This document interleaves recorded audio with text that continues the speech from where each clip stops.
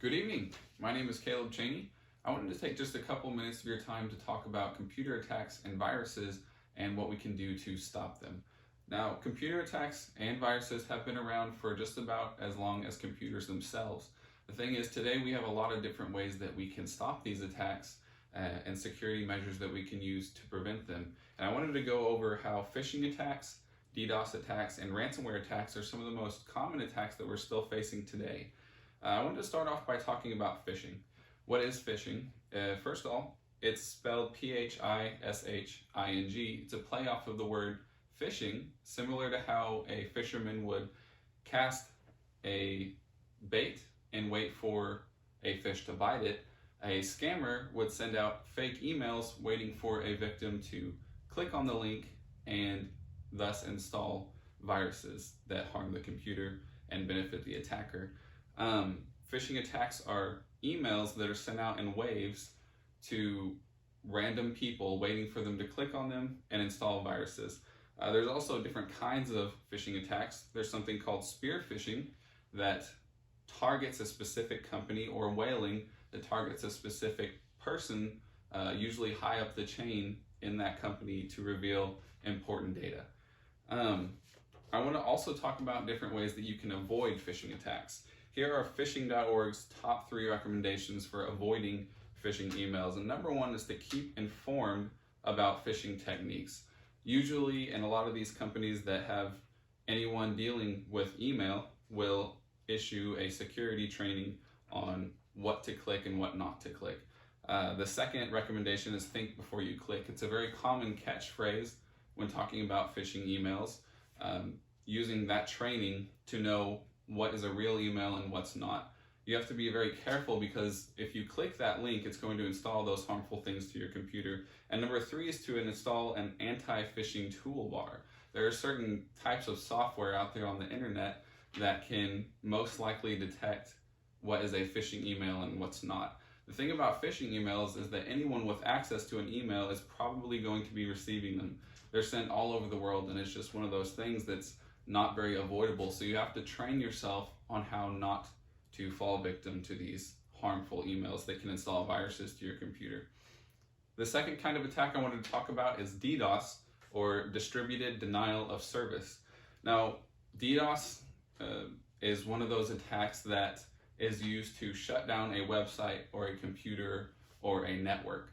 Now, why an attacker would want to do that is beyond me, but they use it to stop all traffic to a website. That's the most common use of DDoS today. And there's lots of things that can be done to stop DDoS, but how it's done is that these attackers will use their hardware or a network's hardware to send a lot of traffic to one website, so much so that it overflows the bandwidth of the network and shuts it down so that no one else can access the website. For example, if a certain computer was used to attack www.phishing.org.com and send so much traffic to this website that it couldn't handle anymore, no one else could access that information, and that's what DDoS is used for. Paul Rubens from eSecurityPlanet.com says that building redundancy in hardware, configuring hardware against DDoS, and deploying anti-DDoS software and hardware modules are the best way to defend against a DDoS attack. Now, what he means by building redundancy in hardware is that you have a backup. Redundancy is more of a backup plan. So when you have redundancy in your hardware, say you have one machine that is hosting a website or deploying that website using its hardware, when that machine can't handle all the traffic coming in, it backs up onto the next machine. So having 2 machines, or using a cloud service, which would be hiring a company to host extra hardware power for you, so that when too much traffic comes in, it overflows to the cloud.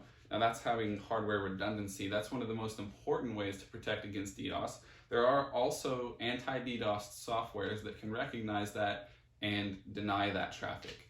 That's another really important way that websites are stopping DDoS today. The last kind of attack I wanted to talk about is ransomware. Now, ransomware is a very dangerous kind of virus that takes all of your data and encrypts it so that you no longer have access to it.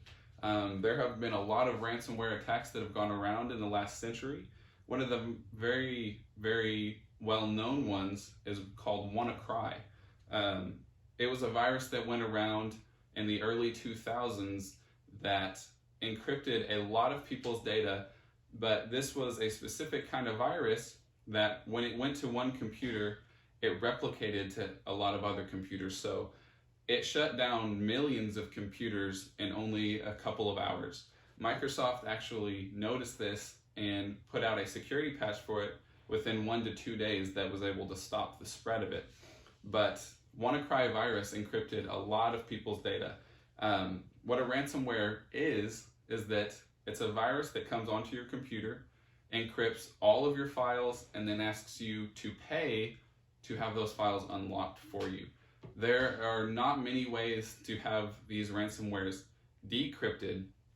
Kaspersky.com's top recommendations for avoiding these ransomware attacks is redundancy in your data, antivirus software, and general safety practices such as think before you click, ways to avoid ever getting those. Antivirus can stop some ransomware viruses, but the very best way to protect against ransomware is if it does make it through your security measures and encrypts all your data, having a backup of that data stored somewhere to replace that data when it's destroyed is the best way to protect against that. Hopefully some of these things have been helpful to you and you can use these to avoid getting these attacks done to you. That's all I have. I appreciate your time. Thank you.